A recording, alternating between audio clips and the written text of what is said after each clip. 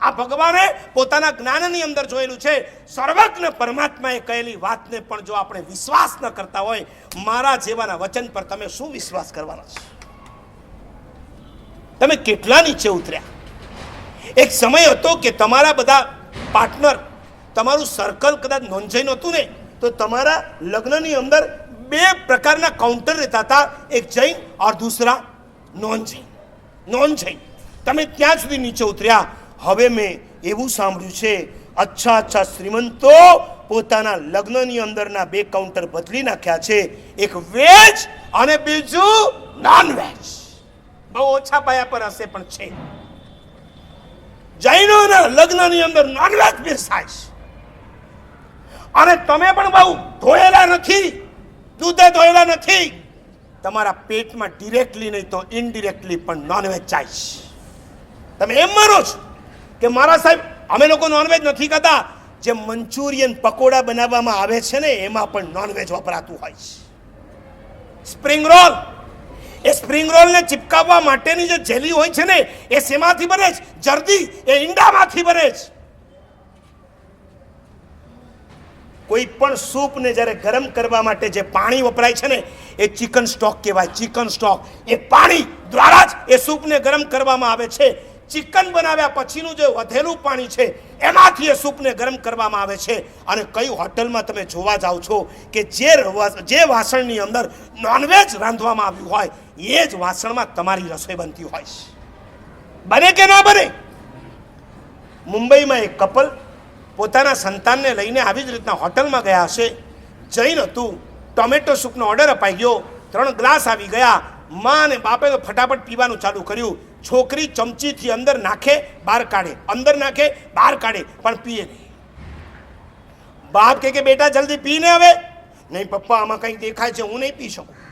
અરે 75 રૂપિયાનો ગ્લાસ છે, મફતમાં નાખી થોડો દેવાનો. પીયા છે કે નથી પીતી? અને છોકરી સ્ટ્રોંગ થઈ ગઈ. નહીં પપ્પા, હું નહીં પીવું, તમે જુઓ. વેટરને બોલાવે કે આ છોકરી કંઈક ફરિયાદ કરે છે કે અંદરમાં કંઈક ગરબડ છે, જરા જુઓ તો શું છે.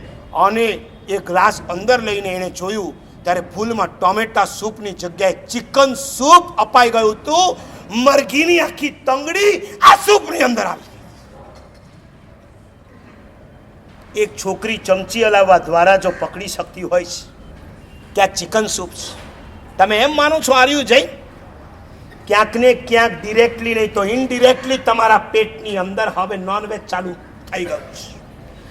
અને ધર્મ કરવાની બુદ્ધિ નથી થતી, કર્મ કરવાની પાપની બુદ્ધિઓ ચાલુ થઈ છે. ડ્યુ ટુ તમારો ખોરાક, ડ્યુ ટુ તમારું ભોજન. પાલીતાણામાં એક લારીવાળો મને મળ્યો હતો.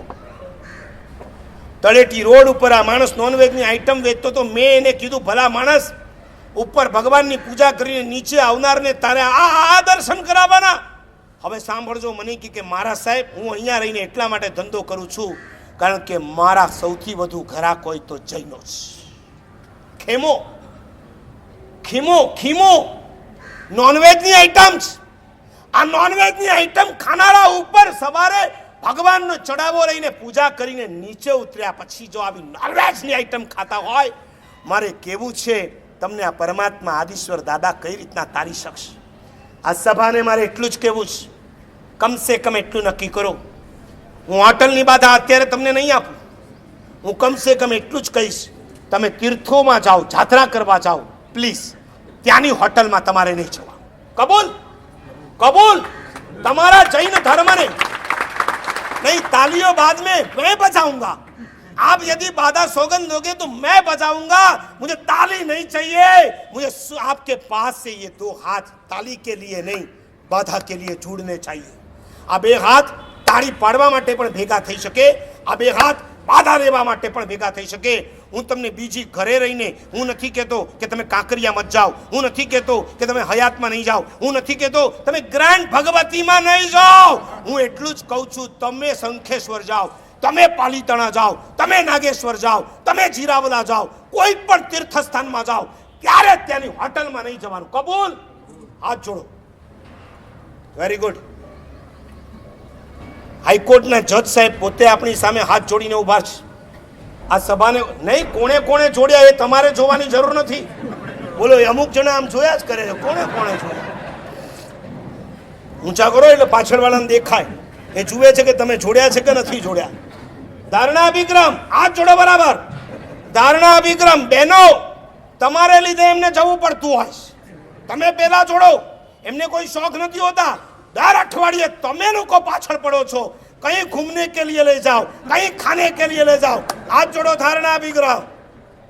धारणा अभिक्रम पचखाई अन्नथणा भोगिणम सहस्रागरणम महत्रगरणम સૌ સમય વત્યાગરણમ વો શિરે. જો મારા તરફથી તાળીઓ પડાવો.